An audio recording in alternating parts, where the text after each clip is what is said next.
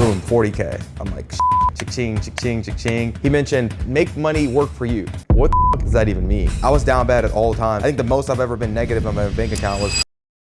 I'm Kehinde Mccomb, and here's my story. I'm a content amplifier. I make viral TikToks for companies, and I make $50,000 a month, but it wasn't always like that. All the way from the beginning. Of course, like growing up with a mom that raised 3 single boys, just being able to see my mom go through what she went through, kind of at a young age forced me to kind of grow up a lot sooner than I expected. Starting my first job when I was 13 years old was a big thing for me. I was a busser working at a restaurant called Scramblers.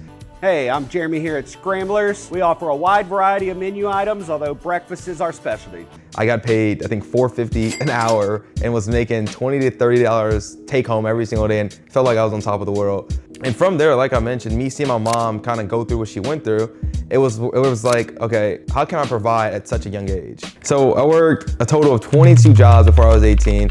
And if you want to include like DoorDash, Uber Eats, that Instacart, I did all that as well. I've worked in every industry you could probably ever name of, from warehouses. I've worked at FedEx, UPS, IHOP, gas stations, grocery stores, all of the above. And I say this all the time, it took me 22 jobs to really figure out that this life was no longer for me.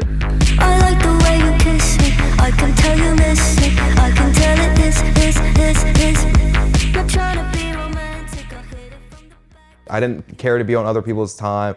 I realized I was worth more than what I was being paid hourly. So junior year of high school, I got introduced to a book that a lot of you guys are familiar with, I'm sure, Robert Kiyosaki, Rich Dad Poor Dad.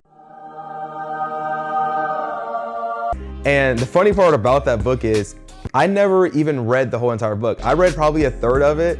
I say from the first to third chapter, he had said something that stuck with me. And like I said, I'm like 17 in high school. And I think the quote he ended up mentioning, I'm probably gonna butcher this, poor people, he said, make money work for you. And at the age of 17, I'm like, what the does that even mean? How do I make money work for me when I have to be there? The first business model I tried out was Amazon FBA. Then it led to social media marketing, drop shipping, back to Amazon FBA, and then reselling. I did a lot of reselling, a lot of card flipping and things like that. It was hell. I mean, I kind of went into all that with no direction. I didn't finally get my first mentor probably until like 2020, but I kind of was just winging it, spending money that I didn't have, negative bank accounts, you name it, and still trying to manage 2 jobs at one time. But at the end of the day, I found myself back to drop shipping, testing ads, learning it a lot more. Before I had my first profitable store, I probably had around 18 to 20 failed stores before I had my first profitable one. I didn't understand ads. I burned through courses. I fell for the screenshots on Instagram, swiped up on the ads, and it forced me to learn the hard way. From there, a range of testing products, I came across my first mentor. And he was a guy that had created and founded the first burrito blanket. And he was actually from Columbus. So I ended up reaching out to him. I paid him, I think, $1,000, $2,000. He mentored me, and I released my first product, which was Bat Pods. They were basically knockoff AirPods. Investigated by the state attorney general. The companies sell earbuds online, similar to Apple AirPods. We got the store built out. We would do calls. We would strategize ads. He would share his screens at times, and he showed me like Facebook ads. And the whole time I'm like, yeah, I understand it. But in the back of my mind, I'm like, I have no idea what we're doing right now. We got our first sale, kind of started to feel high on life. I'm like, I finally made it. And then after, the mentorship was over, I kind of gave it a shot on my own. And one thing led to another, and I was back at square one. You're broke! You're poor! When were you most down bad? Down bad. Throughout the journey, I didn't make money for the first 3 or 4 years until 2020, pre-COVID, is when everything had changed with TikTok. But before that, I was down bad at all times. I think the most I've ever been negative on my bank account was like I told you, about $40,000. It was gradually though. It was like over time, like not at once, but like at times I would go negative 5,000, I would go negative 2,000, 3,000, and somehow I always found myself climbing myself out of these holes, but somehow I always found myself right back into it. It was a learning game that definitely built a lot of character just within this game as a whole. So a buddy of mine was in a Telegram at the time, and I had paid for his Telegram group. And he ended up saying, yo, get on TikTok, post about TikTok. I did 100 grand in like 7 days with a product. I did 100 grand in like 7 days with a product. And at the time, I'm like, huh? Like, how is that even possible? So I see one of these guys off YouTube. He's really big in the space of e-com. He ended up running up a laser at the time. I think he ran the laser up to 300,000 followers, and he generated multi 6 figures. And I'm looking at his product, I'm like, okay, how can I do the same exact product, like a better way, a better model? So I ended up going on Alibaba, searching up the product, and I ended up finding the same exact laser, but the way he marketed his laser was, this laser is high-grade military laser. It can shoot 100 miles down in the sky. So I'm like, okay, what if I find a laser that actually is high-grade, that actually could set shit on fire, that actually could shoot 100 meters, then would I be rich? That's exactly what I found. So I ended up stumbling across this high-grade military laser. It was a big silver laser. You pointed at a match or someone's shirt, and it would set it on fire. So right then and there, I was like, okay, here we go.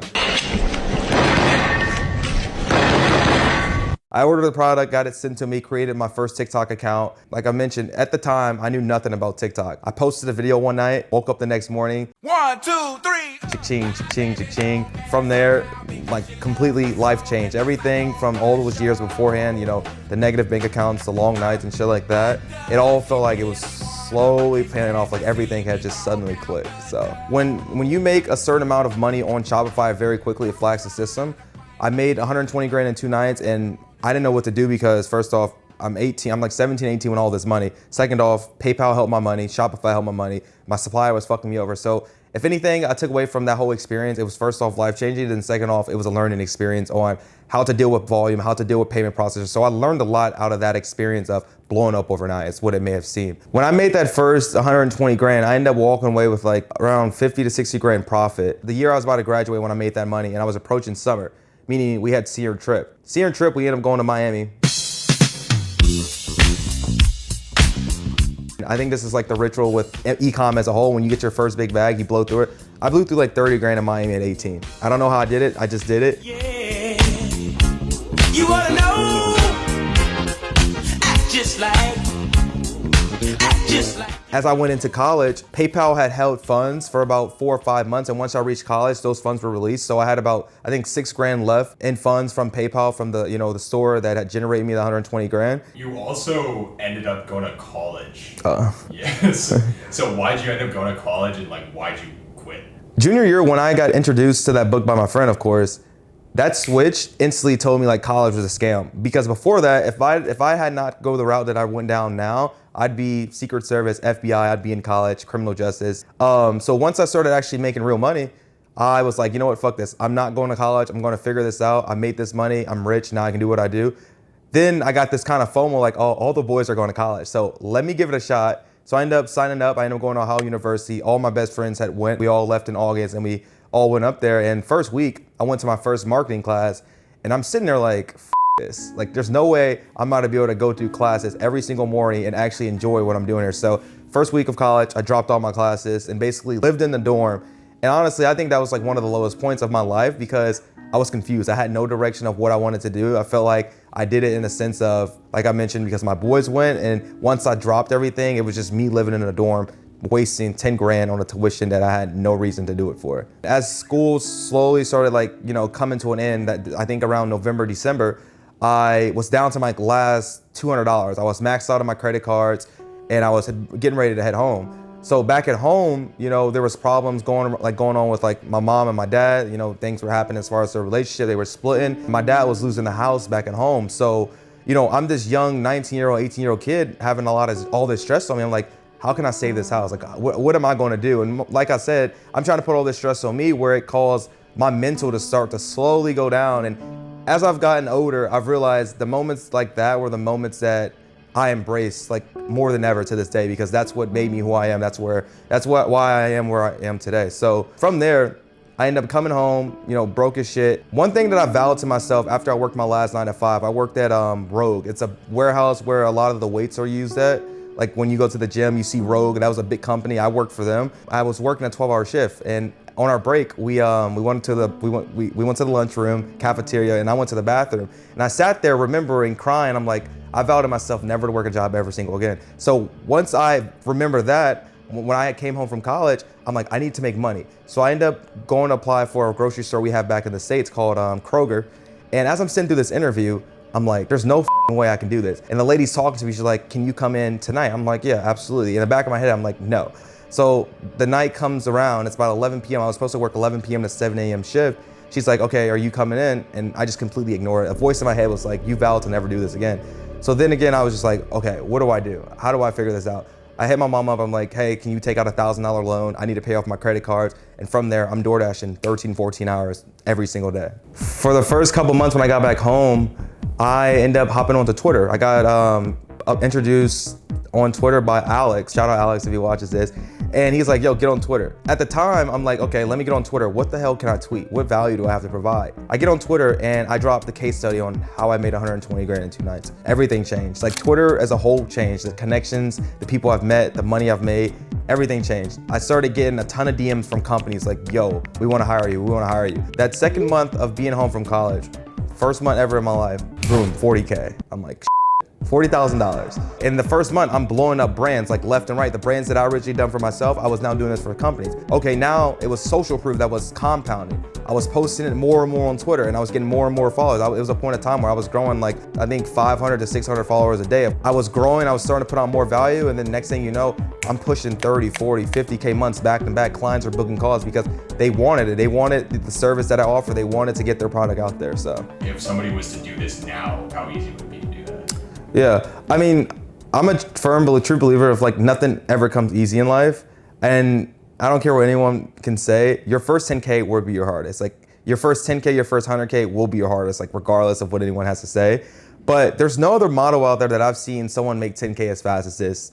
I had someone personally, a member of my Discord, make 15 grand their first month, never touched TikTok every single day. But one thing that he did that stood out from the other guys that weren't able to do that was every single day he showed up, posting every single day.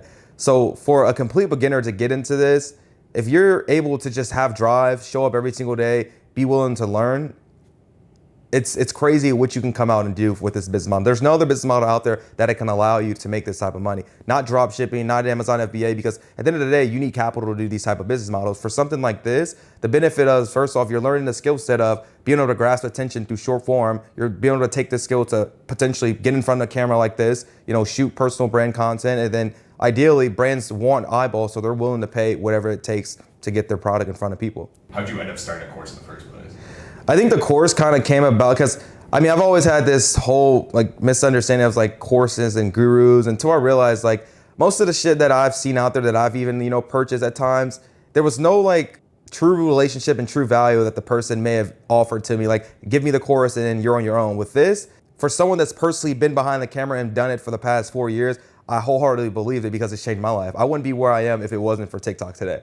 For me to believe so wholeheartedly in a hustle and a business model like this, it only made sense for me to actually, show others, put people on and show them how possible this shit is and how it can change your life. Back then, it wasn't a lot of the creators that were making a ton of money because it was only few creators. It was more as creators blowing up brands with crazy case studies, generating $400,000 or $500,000 for these brands. But it was more focused, just brand oriented. Now that it's creators based, because at the end of the day, the demand for creators is so high right now because there are so many brands, but there are not a lot of creators out there. That's why it's such a good business model just to get into as a complete beginner. For me, it's more personal in a sense because it's changed my life.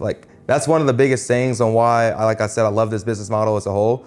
Just to be able to help as many people and show them it's possible. No matter where you come from, I don't mean to be motivational or anything, but no matter where you come from, showing up every single day, shit will eventually play out. And this is a business model that has allowed that. Like I mentioned, there are other business models out there that work as well. I've done them, I've made the money, but there's nothing else like it that allows you to be yourself, be creative, and live a life that you truly want and you truly dream. What are just some tips you would give to? Play the cards that you're dealt.